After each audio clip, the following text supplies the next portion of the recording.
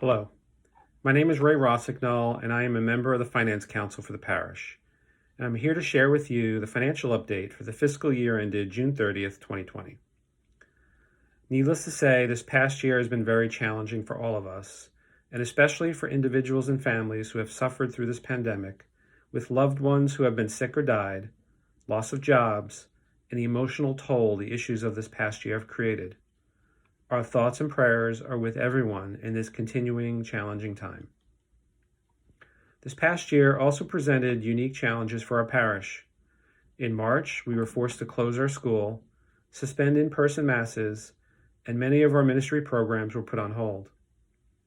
With the suspension of in-person masses, not surprisingly, our ordinary offertory was negatively impacted, seeing a reduction of approximately 15% on average throughout 2020. Quite a number of families started to use our online giving service as they were no longer able to attend Mass in person to hand in their weekly envelope. Our online giving program, Faith Direct, is the most cost-efficient and effective way of providing your donations to our parish, and we would encourage anyone who has not tried it in the past to please consider doing so now. We were also forced to close the school in March and cancel the remainder of the school year through June. In addition, we were unable to conduct our planned fundraising events in the spring, such as the annual raffle and carnival. The loss of tuition and fundraising had a significant financial impact for our parish. We have included an insert in this week's bulletin to provide you with a detailed comparative financial statement for the last fiscal year. Excluding the donations from the capital campaign, our revenue is down 17%, which is approximately $277,000 as compared to the prior year.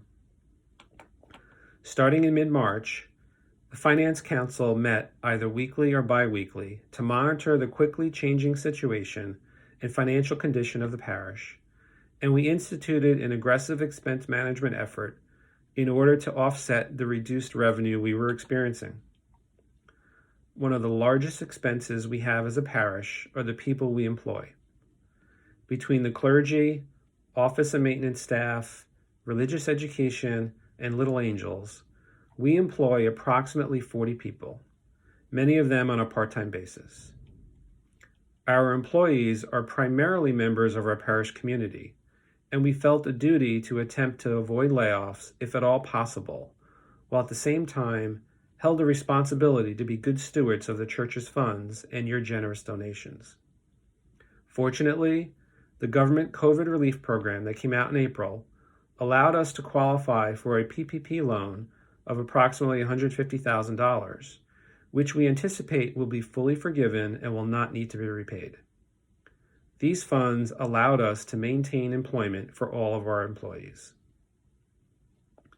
When things started to partially reopen up in June, we had to reinvent how we went about servicing our parishioners and the community. Our school and religious education staff worked very hard over the summer to set up new safety procedures to allow for in-person classes to resume in the fall. Also, our ministry programs and parish volunteers have really stepped up, helping us to institute new cleaning and COVID protocols for masses and the school, and worked really hard to provide relief to members in our community who were in dire need of assistance.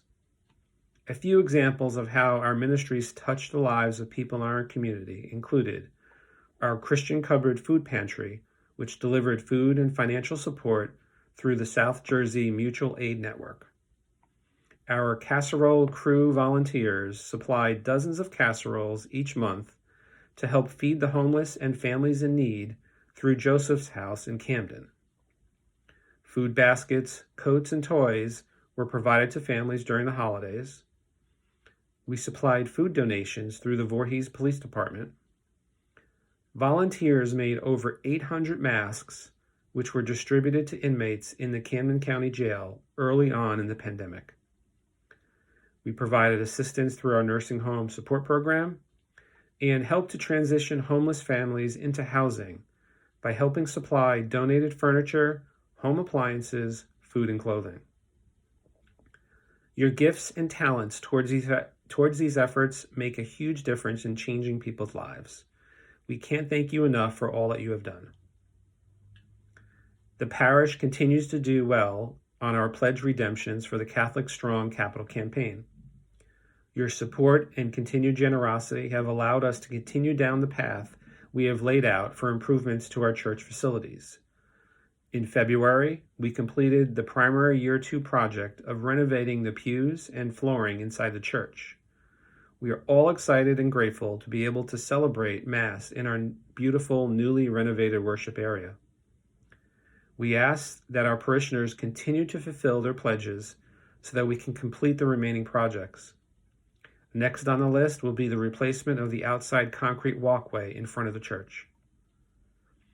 In addition to the capital campaign, the House of Charity is an extremely important program that helps both the poor in the community as well as our parish.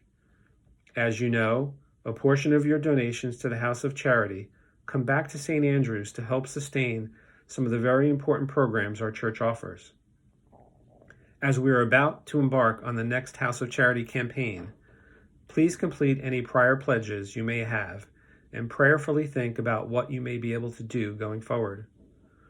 We would like to sincerely thank you for all you have done. There are not enough words to express our gratitude. We are so appreciative of everyone's commitment to stewardship.